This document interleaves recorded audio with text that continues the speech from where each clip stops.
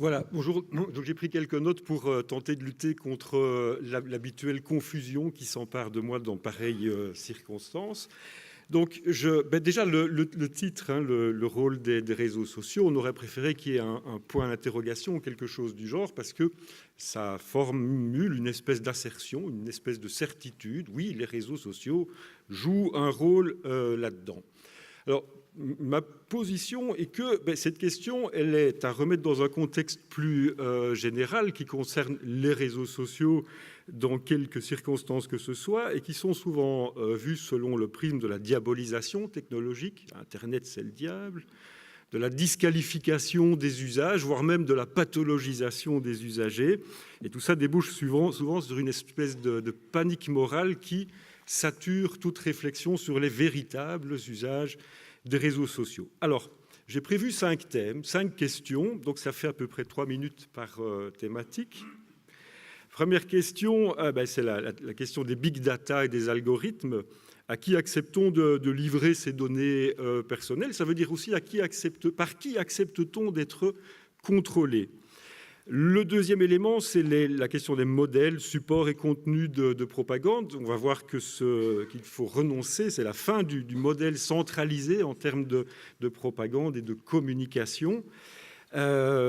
Ces nouveaux modèles affectent-ils les adolescents? Lesquels et pourquoi? Du coup, on peut se poser la question de savoir si la contre-propagande n'est pas plus efficace quand elle est menée par les adolescents eux-mêmes plutôt que par des programmes qui s'imposent à eux.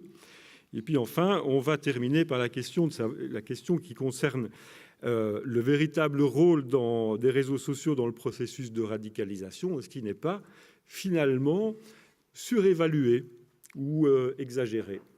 Donc je reviens un petit peu aussi sur ce mot radicalisation avec un suffixe aussi qui s'y ajoute, déradicalisation. C'est un terme sur lequel il faut peut-être aussi revenir dans la mesure où est radical, selon le littré, celui qui souhaite changer les structures du monde ou de l'organisation dans laquelle il se trouve. Ça veut dire qu'un groupe d'étudiants qui souhaitent changer les horaires de classe sont en danger de radicalisation. Bon.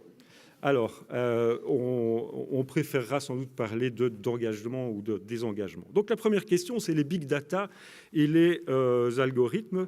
À qui accepte-t-on de confier ces données et par conséquent, par qui vont-elles être contrôlées? Il y a une grosse tension idéologique entre privé et État.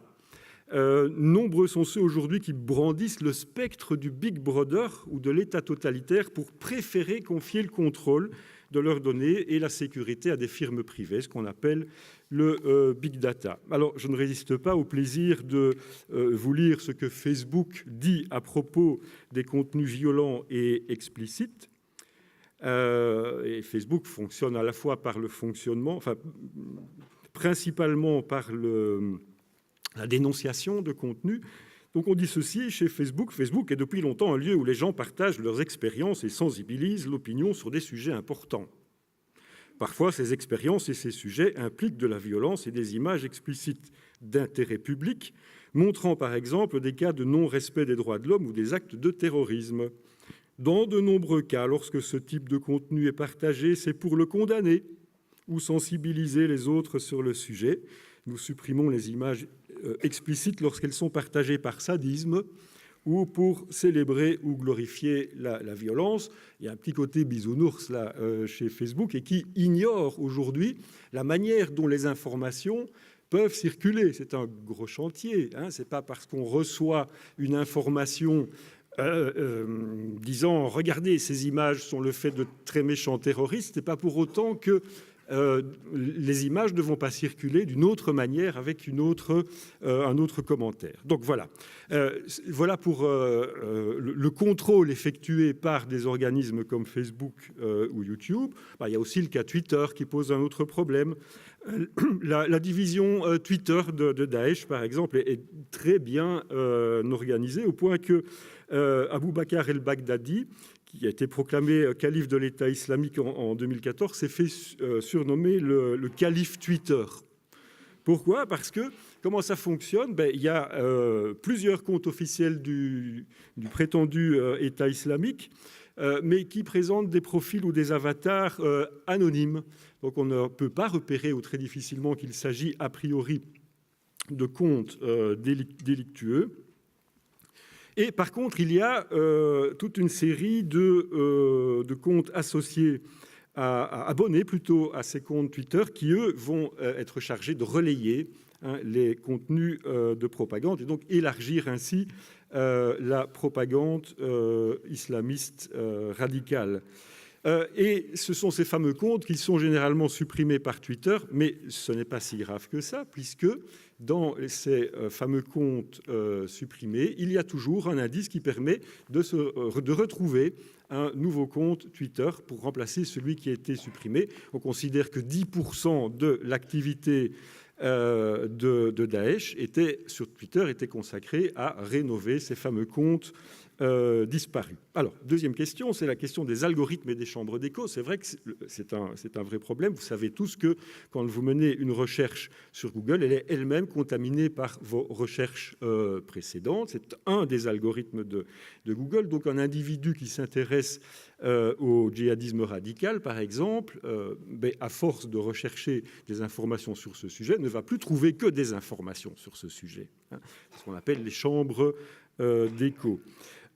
Les jeunes dans les réseaux sociaux, on considère que la moitié d'entre eux ne s'informent aujourd'hui que via les réseaux sociaux dans un processus relativement endogamique.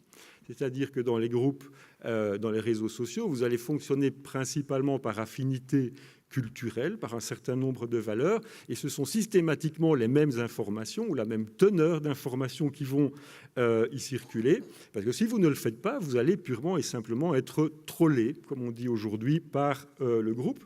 Et donc, contrairement aux médias classiques, au journal télévisé, où vous êtes en rendez-vous avec des informations qui ne vous concernent pas forcément et dont potentiellement vous pouvez refuser le traitement, dans les réseaux sociaux, en gros, vous allez chercher l'information que vous connaissez déjà.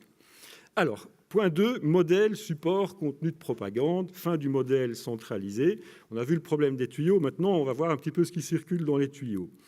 Donc, à propos des nouvelles organisations terroristes, il faudrait parler plutôt de système terroriste que d'organisation. C'est-à-dire qu'il faut rompre avec le modèle traditionnel de la propagande de papa, je dirais, qui est celle de Ben Laden, qui fonctionnait de façon extrêmement pyramidale, en disposant d'ailleurs de moyens techniques relativement faibles, en gros les moyens classiques.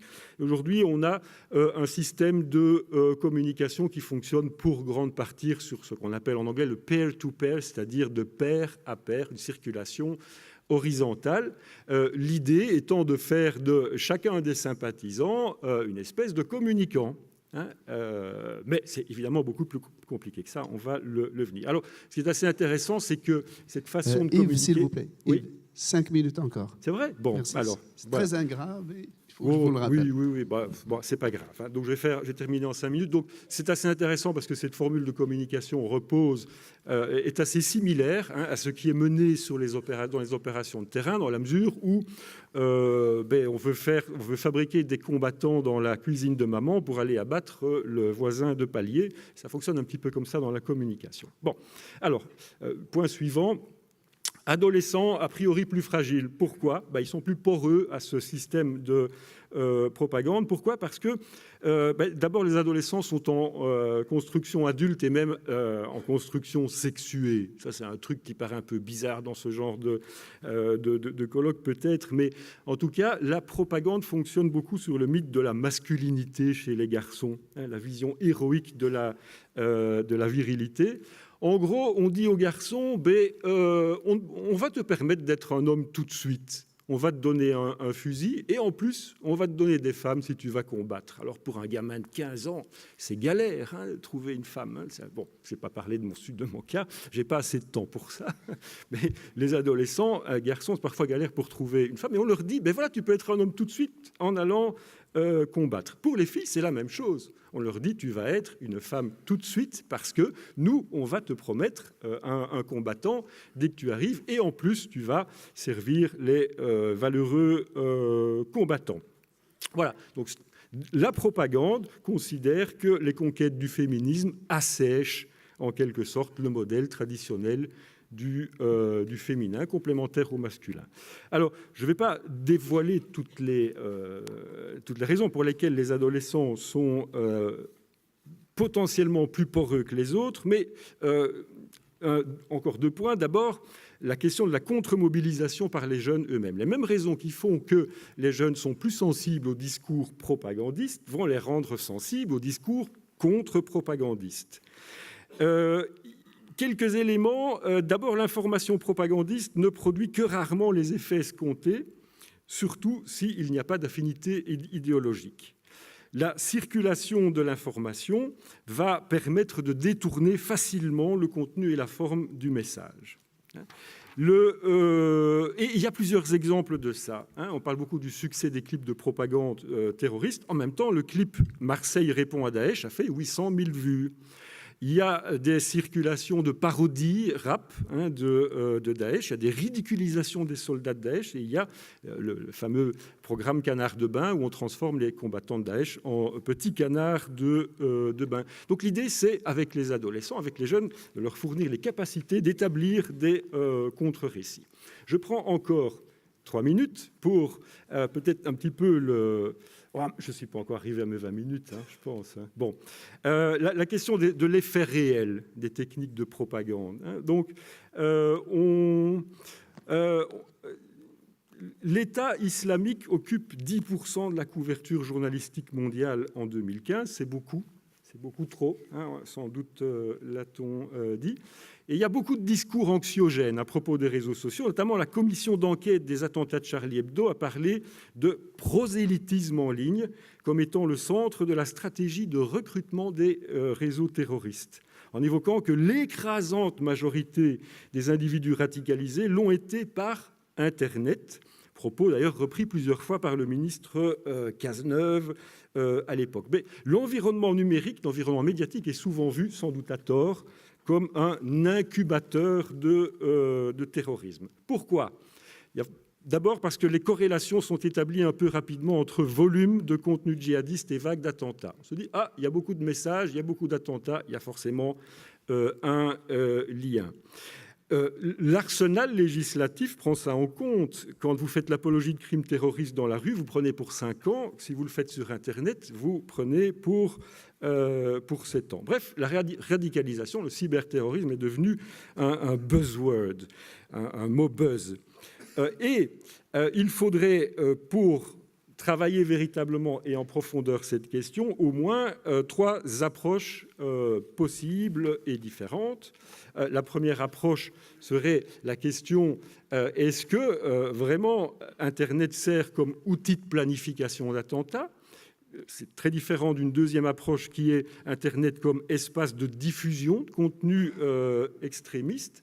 Là, sur ce plan-là, il n'y a pas d'études qui montrent clairement que parce qu'il y a des messages de propagande, il y a forcément, en termes de réception, une radicalisation menant forcément à la violence. Et puis, il y a une troisième approche qui est sans doute plus intéressante, c'est Internet comme espace favorisant le passage à l'acte violent, mais pas comme déclencheur de celui-ci. Et donc, une série de métadonnées montre que, en tout cas, Internet n'est pas systématiquement un moteur de passage à l'acte violent. Donc, il faut un peu déconstruire le mythe du loup solitaire qui s'auto-radicalise tout seul sur Internet en passant son temps à regarder des films, mais plutôt une espèce de convergence de situations. 2 éléments sont plus importants, et je termine par là. La présence assez systématique d'un mentor, qu'on va rencontrer en prison, qu'on va rencontrer autour de la mosquée, pas forcément dans la mosquée. Un deuxième élément qui est assez systématique, c'est un passage par un apprentissage paramilitaire. Ça peut être évidemment le combat en Syrie, ça peut être des exercices physiques dans la forêt, ça peut être l'inscription à un club de tir, ça peut être aussi de la fréquentation de stands de paintball, figurez-vous, qui semblerait dès lors plus indicatif d'un risque de passage à la violence que la simple consultation de sites propagandiste. Alors voilà, j'en termine pour prendre un tout petit peu de hauteur. Disons que j'ai l'impression que les philippiques que subissent régulièrement les réseaux sociaux en cette matière comme en d'autres sont le résultat, en quelque sorte, d'une lecture un peu dogmatique de la philosophie dualiste qui consiste à séparer le monde réel du monde dit virtuel ou numérique, alors qu'aujourd'hui, il faut constater que les interactions entre les deux mondes sont plus que claires. Et cela incite notamment à voir cette question des réseaux sociaux dans une perspective beaucoup plus complexe que le titre de mon intervention semblait l'indiquer. Voilà, je vous remercie.